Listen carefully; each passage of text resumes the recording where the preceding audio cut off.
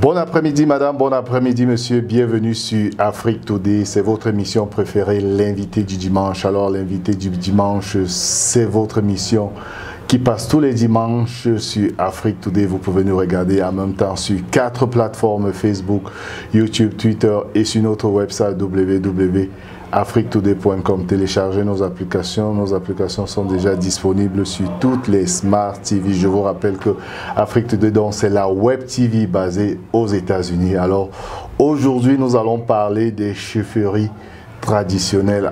Et c'est pour cela que aujourd'hui j'ai le plaisir de recevoir ici sur Afrique Today un invité très spécial. C'est le chef traditionnel du village Ekonge 2. Il s'appelle Bernard Beyokol. Il est ici avec moi. Bon après-midi monsieur, bienvenue sur Afrique Today. Merci beaucoup et bon après-midi. Alors l'interview d'aujourd'hui aura 2 parties. Nous allons d'abord parler à la première partie de votre parcours avant d'être chef traditionnel. Et après, nous allons parler maintenant de la partie de la chefferie traditionnelle et de votre vision sur le village dans lequel vous êtes chef traditionnel aujourd'hui. Alors tout d'abord, est-ce que vous pouvez vous présenter à tous ceux qui nous regardent actuellement? Chers téléspectateurs, bonsoir. Je suis Sa Majesté Bernard Beyokol, chef traditionnel des Konge dans l'arrondissement de Nitoukou, département du Mbamé-Nobo, région du centre au Cameroun, en Afrique. Avant d'être chef traditionnel, j'ai travaillé dans la vie où j'ai occupé de nombreuses responsabilités à la fin de mes études, des études qui se sont déroulées en Afrique, aux États-Unis, et je suis rentré au Cameroun où j'ai eu le plaisir de diriger des entreprises comme IBM au niveau de l'Afrique centrale, des entreprises comme CFAO Technologies au niveau de l'Afrique centrale, de l'Afrique de l'Ouest, où j'ai travaillé en Europe. Et je suis rentré près des miens, vivre heureux le reste de mon âge. Et ayant pris ma retraite, je suis reparti m'occuper de mes frères au village. Et c'est ainsi que l'administration a signé mon acte, mon arrêté de chef traditionnel il y a 5 mois. Je suis chef traditionnel, comme je vous l'ai indiqué. Je suis à votre disposition pour toute question complémentaire. Merci pour cela. Nous savons que vous avez dirigé plusieurs entreprises auparavant et ça n'a pas été très facile. Est-ce que vous pouvez un peu nous dire comment le choix a été fait pour que vous deveniez aujourd'hui chef traditionnel? D'abord, quand je suis parti poursuivre mes études à l'étranger, mon père était chef du quartier d'Oxonden, comme ça s'appelait, ayant aussi hérité sous titre de son père, mon grand-père. Et pendant que j'étais poursuivre mes études, mon père était décédé et mes oncles par la suite ont pu assurer la succession. Et aujourd'hui, on a eu à créer un village qui reprenait un autre quartier d'Oxondin dont mon père était le chef, où je suis devenu chef moi aussi il y a quelques années, et d'autres quartiers pour faire le village Ekonji 2. Et c'est ainsi donc que j'ai pu être chef de ce nouveau village d'Ekonji 2.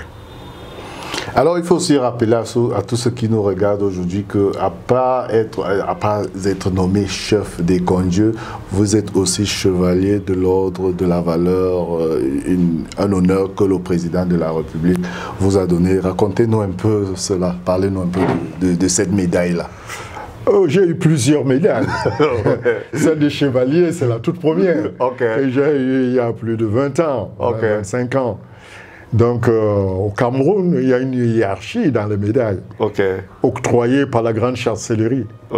Je suis passé tour à tour, compte tenu, je pense, du travail que je faisais, élevé à différents grades. J'ai commencé par chevalier de l'ordre de la valeur, ensuite officier, ensuite commandeur de l'ordre de la valeur, et j'ai terminé par le dernier grade, qui est celui de grand officier de l'ordre de la valeur. J'ai été élevé à la dignité de grand officier de l'ordre de la valeur en 2010. Donc ça fait déjà 12 ans. Au-dessus de ce grade, il n'y a que le chef de l'État qui est au-dessus de grand officier de l'ordre de la valeur. Donc vous êtes grand officier de l'ordre de la valeur, une médaille grandement méritée et justement à cause du travail que vous avez fourni lors de vos fonctions. Lors de mes fonctions que j'ai occupées dans les différentes responsabilités et au Cameroun et dans le monde. Et je pense que c'est la raison pour laquelle j'ai dû être remarqué et élevé à cette dignité-là avant d'être maintenant chef traditionnel. Ce qui fait que je suis maintenant élevé à la dignité de majesté. Je suis donc grand officier de l'ordre de la valeur et majesté en tant que chef.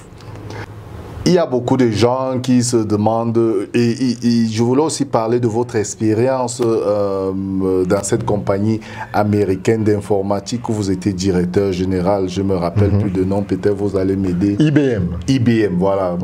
Moi particulièrement aux États-Unis, nous connaissons IBM, nous connaissons tout ce qu'ils sortent là-dehors. Alors vous étiez, je crois, le directeur d'Afrique. Oui, l'Afrique centrale. D'Afrique centrale, voilà. Vous étiez le directeur d'Afrique centrale d'IBM.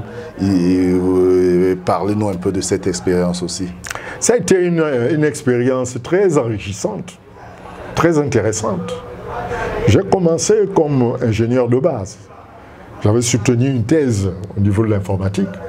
La thèse consistait à faire en sorte qu'on fasse un réseau de micro-ordinateurs pilotés par un mini-ordinateur. Et à l'issue de cela, je suis rentré au Cameroun. J'ai commencé, comme c'était la règle à IBM, à être ingénieur de base. Vous commencez comme élève ingénieur, quels que soient les diplômes que vous avez. Et après, vous devenez ingénieur-élève, ingénieur confirmé, ingénieur consultant, ingénieur conseiller et ingénieur expert. Et je suis parti poursuivre le travail à Paris, où j'étais l'adjoint du directeur qui s'occupait de l'outre-mer, c'est-à-dire de toute l'Afrique, du Moyen-Orient, des Antilles, du Pacifique, c'est-à-dire la Nouvelle-Calédonie, Tahiti. Ensuite, je suis revenu au Bercail, au Cameroun, et c'est de là que j'ai pu piloter les affaires au niveau de l'Afrique centrale, en essayant de mettre l'informatique dans toutes les structures au Cameroun, les administrations d'abord, les banques, les assurances, les sociétés de transport, les sociétés commerciales, les sociétés industrielles.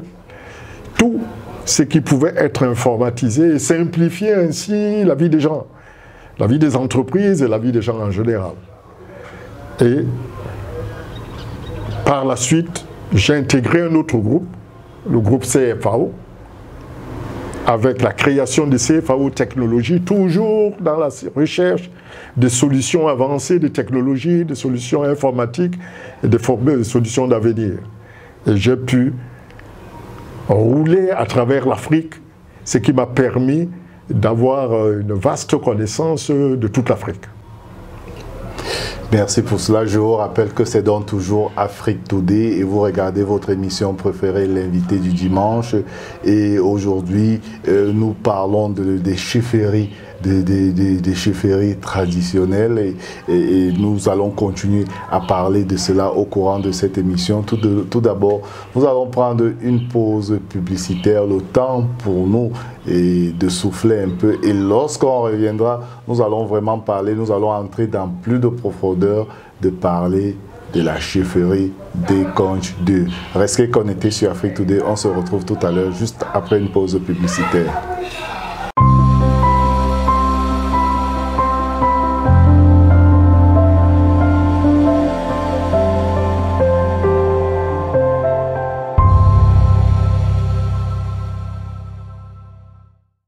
Do you want to promote your business? Do you want to talk about your nonprofit organization?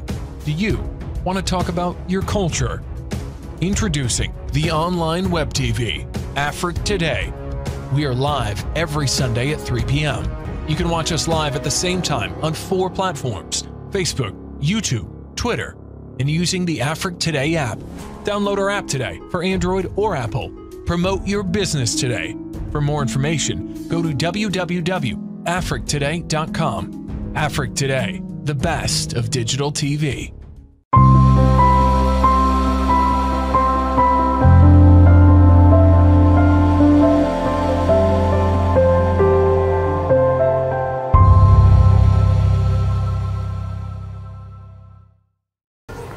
Retour donc ici sur Afrique Today, c'est votre émission préférée, l'invité du dimanche. Je m'appelle Alain Pierre. Pour ceux qui ne connaissent pas Afrique Today, c'est la web TV basée aux États-Unis et vous pouvez nous regarder en direct en même temps sur plusieurs plateformes: Facebook, YouTube, Twitter et sur notre site internet www.afriquetoday.com. Téléchargez nos applications et nos applications sont disponibles sur toutes les Smart TV.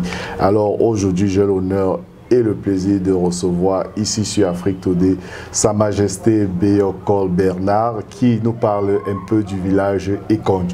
À la première partie de cette émission, il nous a parlé un peu de son parcours, comment il est arrivé à ce poste-là. Il nous a parlé de tous les grands postes qu'il a occupés avant d'être chef supérieur aujourd'hui. Alors, bon après-midi encore, Sa Majesté.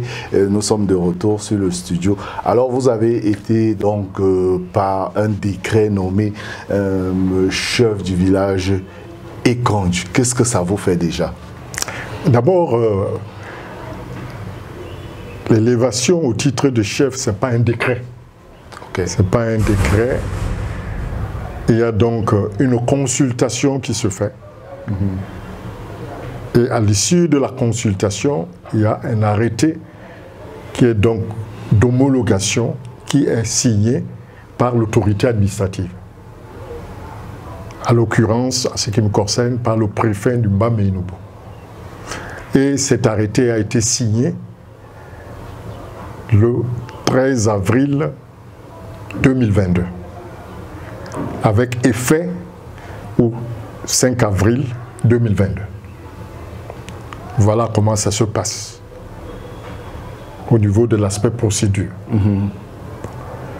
Et une fois que cet arrêté a été signé, le chef devient opérationnel et met en place son équipe, met en place une vision, c'est ce que j'ai fait, définir la vision qu'on veut avoir des Conches 2 dans les 5 ans qui viennent.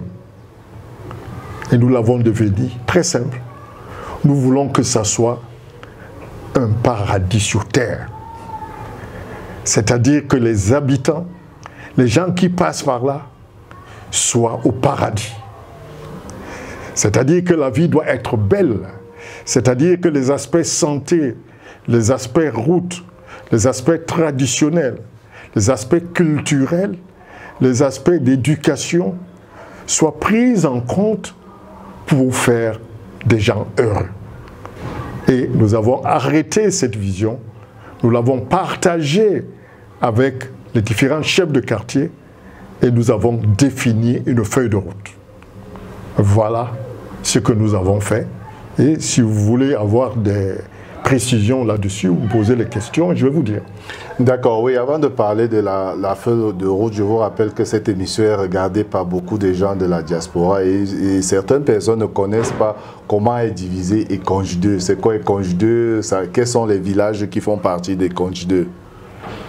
Ok, Éconge 2 a essentiellement 3 quartiers, en tout cas aujourd'hui 14 quartiers.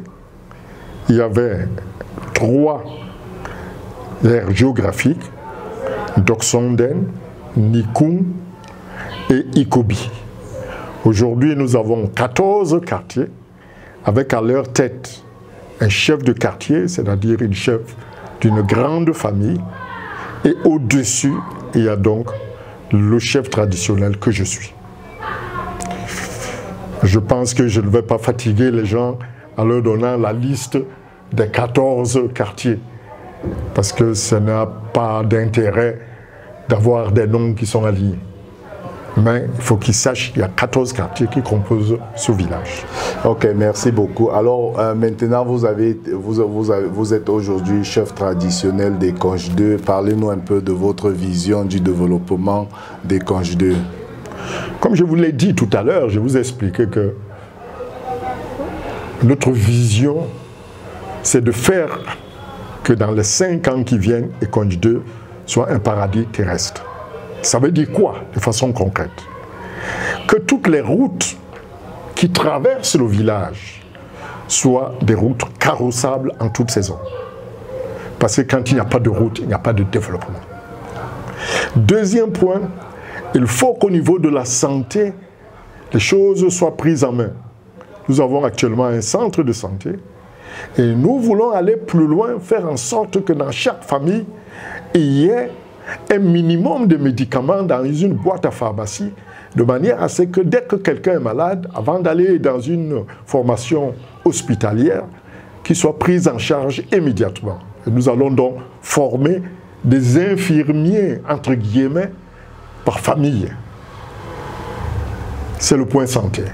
Le point éducation est un point important. Nous devons avoir des enfants qui soient bien éduqués. Nous avons depuis une école maternelle, nous avons une école primaire, nous avons un collège d'enseignement secondaire. Donc nous voulons que dans les jours qui viennent, tous ces établissements aient des matériels informatiques de manière à ce que les enfants, dès le bas âge, soient câblés sur la planète, c'est-à-dire soient satellisés, si je peux dire ainsi. Parce que l'avenir est dans le numérique et l'enfant apprend très vite. Et c'est pour ça que nous avons mis en place un système de bourse pour pouvoir créer une émulation parmi les enfants capables et faire en sorte que les autres soient entraînés pour faire en sorte que tout le monde aille de bas vers le haut pour toujours atteindre des sommités absolument inestimables. Ça, c'est pour l'aspect éducation. Maintenant, il y a un point important, c'est l'aspect agriculture. Parce que nous sommes dans un village. Nous voulons organiser l'agriculture de telle manière que les plantations des habitants soient des plantations modèles.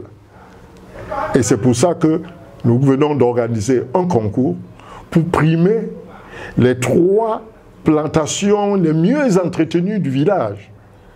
Les gens ne vont pas seulement rester sur les cultures, je dirais, pérennes, qui sont le cacao et le café. Il faut utiliser, et on le voit aujourd'hui avec la crise que traverse le monde, les produits à cycle court, que sont l'arachide, le manioc, les concombres, les pistaches, les ignans. de manière à les transformer et à les labelliser. Et pourquoi pas fabriquer du pain à partir de ça, de manière à ne plus dépendre des autres et maintenant faire vendre. Et c'est pour ça qu'il y a un concours des 3 plus belles plantations. Et maintenant, au niveau du village même, nous voulons que les concessions soient bien faites, bien entretenues, avec des latrines pour éviter des maladies comme le choléra et toute autre maladie. Hein. Donc, et nous faisons aussi un concours des 3 concessions les mieux entretenues du village, avec les jurys composés par les gens de base, c'est-à-dire les populations elles-mêmes.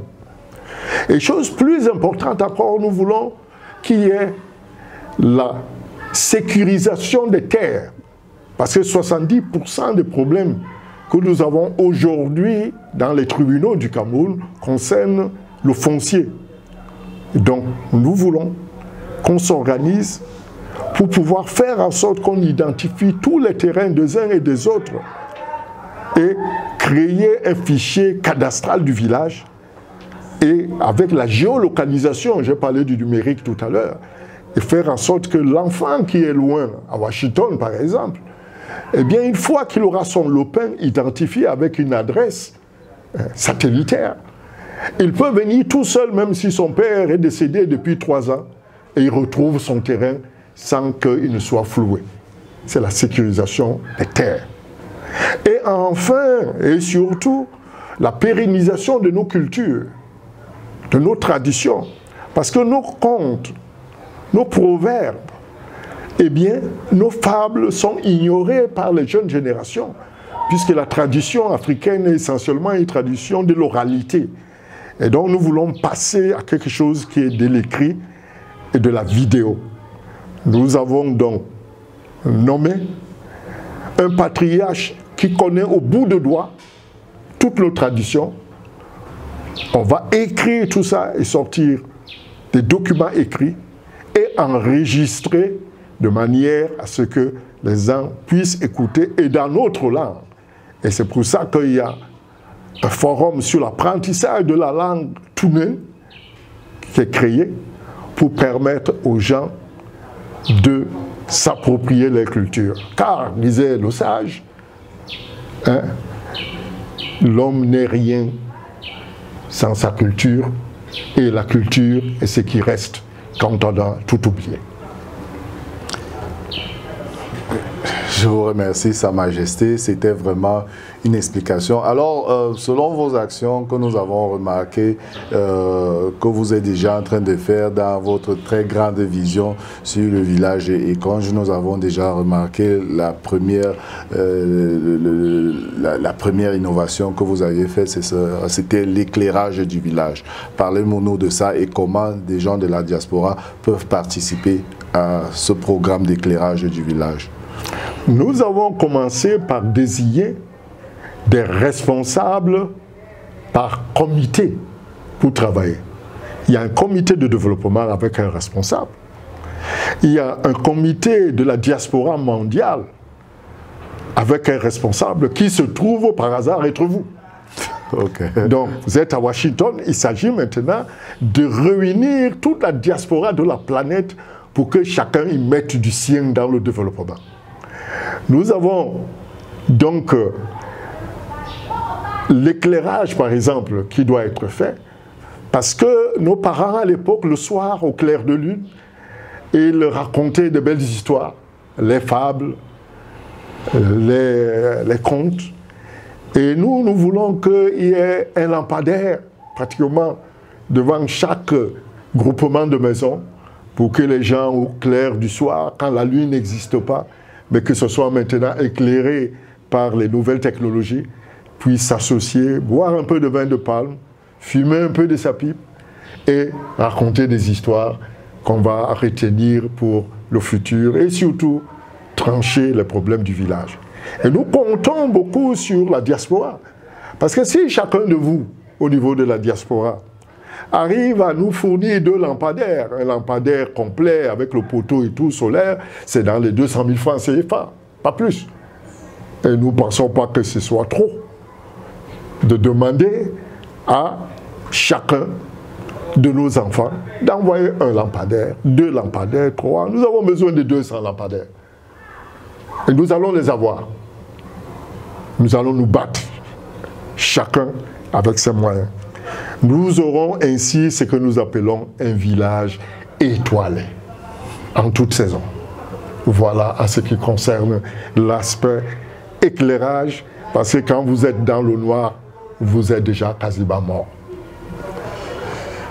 C'est vraiment très bien déjà ce que vous faites, et vous avez tellement de projets. À peine avoir pris les fonctions, vous avez commencé déjà avec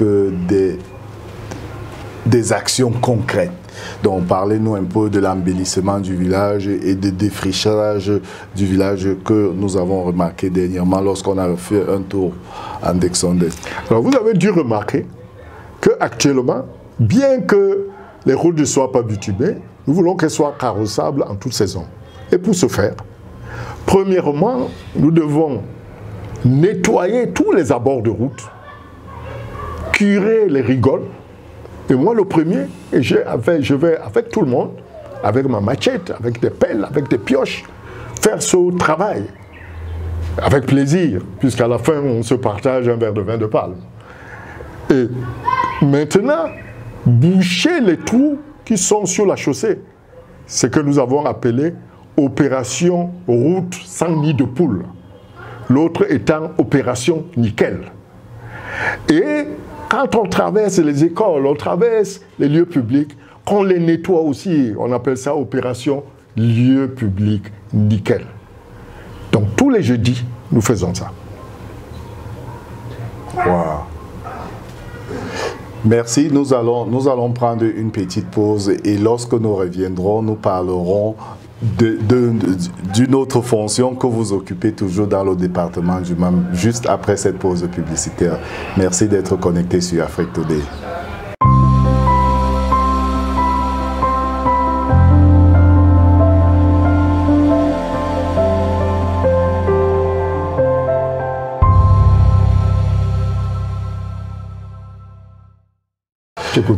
Merci d'être connecté sur Afrique Today. On vient d'avoir une courte pause publicitaire. Je vous rappelle que c'est toujours la Web TV Afrique Today basée aux États-Unis. Je m'appelle Alain Pierre et vous regardez actuellement votre émission préférée, l'invité du dimanche. Et mon invité cet après-midi, c'est Sa Majesté Beyoko Bernard qui est ici avec nous et qui nous parle un peu des ambitions du développement du village Éconge 2. Alors, Sa Majesté, avant de prendre la pause, vous nous avez parlé de comment vous comptez développer un peu le village d'Éconge. Vous nous avez parlé des infirmières, vous nous avez parlé des instituteurs, c'est-à-dire de l'école, de tout ça.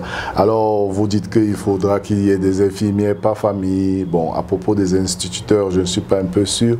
Alors, expliquez-nous un peu comment vous allez accomplir cela avec ce village, comment vous allez...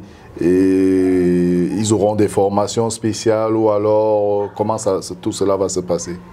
Merci beaucoup, c'est une question très importante. Au jour d'aujourd'hui, l'État du Cameroun met en place des structures de santé, des centres de santé intégrés avec du personnel formé et payé par l'État. Maintenant, dans des familles qui ont un peu de moyens, dans chaque famille, pour monsieur, madame et ses enfants, il a une petite boîte à pharmacie où on va trouver de l'alcool, de la bétadine, hein, donc, et du coton, des médicaments de base. Donc, en fait, donc l'infirmier dont je parle, dont je parle, c'est pas un infirmier breveté ou donc nommé par l'État. C'est-à-dire que nous demandons, hein, nous avons des enfants médecins. Ils nous trouvent dans chaque famille quelqu'un qui est un peu éveillé et on lui montre comment, quand quelqu'un s'est blessé, il met l'alcool, il met la bétadine, il nettoie avant que l'enfant n'arrive au centre de santé. C'est pour que ces premiers soins soient pris. Eh bien, pour apporter notre contribution à ce que fait l'État du Cameroun, nous achetons ça de nos propres poches et nous mettons dans chaque famille ces structures en place, ces infirmiers, entre guillemets, qui sont en fait des personnes éveillées, conformes pour des choses de base, telles que pourrait permettre la législation du Cameroun. Ok, et ces personnes en question, ils prennent ces bétadines, cet alcool là-haut? C'est nous, les ressortissants du village. C'est les ressortissants du village qui sont en ville, qui sont dans la diaspora, qui cotisent dans le cadre du comité de développement. Chacun a un montant à son niveau. On ne veut pas que quelqu'un aille voler. Ceux qui ont 1000 francs, ils donnent 1000 francs par an. Ceux qui ont 1 million donnent 1 million par an. Ceux qui ont 4000 francs, ils donnent 4000. C'est ainsi que moi, par exemple, en tant que chef du village, j'ai une indemnité qui est payée par l'administration du Cameroun, réglementaire, et donc par le ministère des Finances.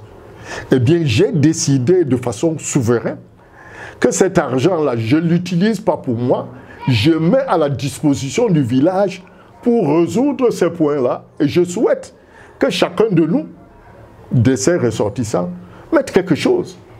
En plus de ce que je mets là, pour ce que je viens de dire, je dois rajouter autre chose selon mes moyens à moi.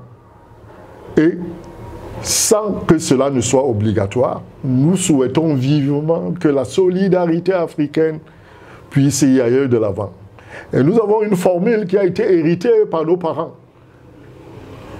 en Afrique, et surtout dans le Mbam, qui dit « toujours de la solidarité agissante, jamais de la médiocrité jacassante, encore moins de la nullité médisante. » C'est une rime riche que nous devons nous approprier.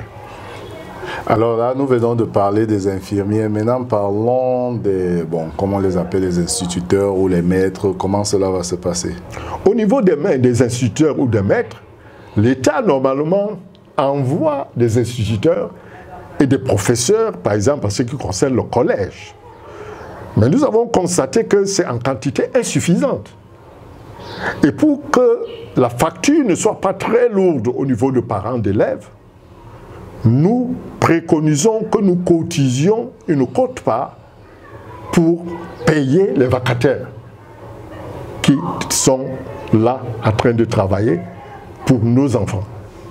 C'est toujours des sacrifices pour nous. Donc, on se base surtout sur la volonté et sur la volonté agissante. Il n'y a rien d'obligatoire parce que ce n'est pas un impôt. Nous ne pouvons pas lever des impôts. Nous ne pouvons que préconiser l'amour et la solidarité. Donc maintenant, essayons, je sais que vous avez essayé de nous expliquer déjà comment vous comptez financer déjà tous ces projets. Je voulais seulement être sûr si c'est le même processus pour les autres projets comme l'adduction d'eau, les routes et tout cela. Comment vous voyez votre vision, puisque vous nous avez donné ce qu'on appelle en anglais un deadline, 5 ans, vous avez dit d'ici 5 ans, développer le village des Conjideux. Alors, comment vous comptez atteindre vos objectifs? Juste en tenant compte de ces cotisations-là, ou alors il y aura un autre budget que vous souhaitez avoir ou vous comptez avoir? Comment, le financement, comment cela va se passer? Non, le financement, c'est important. C'est-à-dire, quand j'ai dit 5 ans, c'est la vision à 5 ans. Okay. Mais nous avons un chronogramme qui est défini dans le temps. En disant les 6 premiers mois de l'année, nous allons faire ceci, les 6 mois suivants, cela, et nous allons toujours faire un point au bout de chaque mois, de chaque trimestre, ainsi de suite. Bon, il y a des choses qui sont à notre niveau, d'un point de vue financier. Hein? Par exemple, aller curer les rigoles, aller nettoyer les routes, c'est nous-mêmes. Une fois que l'État nous a fait la route. Mais pour que cette route dure, il faut que les rigoles soient dégagées. Et ça, c'est nous. Mais maintenant, si nous avons besoin d'une route carrossable, eh bien, nous devons nous battre pour qu'au niveau de la commune, on intègre dans les projets, les plans communaux de développement les besoins de notre village. Nous devons aussi nous battre au niveau de l'administration pour qu'on ne nous oublie pas. Parce que si nous voulons une route bitumée, nous n'aurons jamais les moyens, un individu. Mais nous pensons que, avec les efforts que nous allons faire, en réalisant ce qui est à notre niveau, l'administration ou la commune, eh bien, ces structures auront des oreilles attentives pour pouvoir aller vers les gens qui se battent.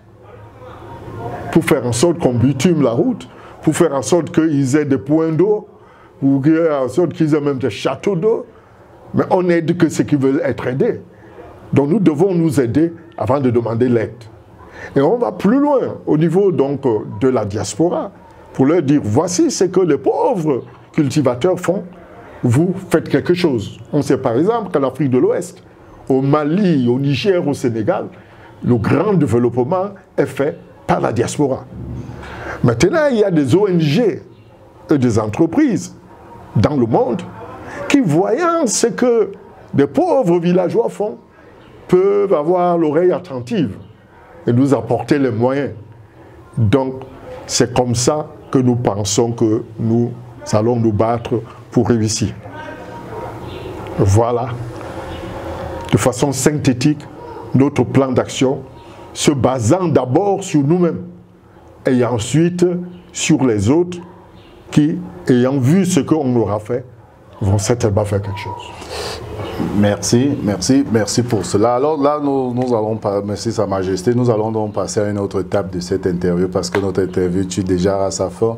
Alors, à part votre fonction de Sa Majesté, il semblerait que vous avez encore d'autres occupations au niveau maintenant du département du Mbam. Parlez-nous un peu de cela. Oui, je vois que vous êtes informé. Le département du Mbam, je devrais dire les deux départements du Mbam, Mbam et Noubou et Mbam et Kim, que nous appelons généralement région, donc ont 14 arrondissements, et les différentes élites de ces 14 arrondissements se sont retrouvées à Bokito en mai 2019, et ces élites ont dit, asseyons-nous, l'État ne peut pas tout faire. Si nous voulons nous aider un peu sur ce que je viens d'expliquer là au niveau du village, mettons-nous ensemble et que chacun apporte sa contribution pour le développement des 14 arrondissements du Mbam. Nous avons créé l'association de développement du Mbam, ADM.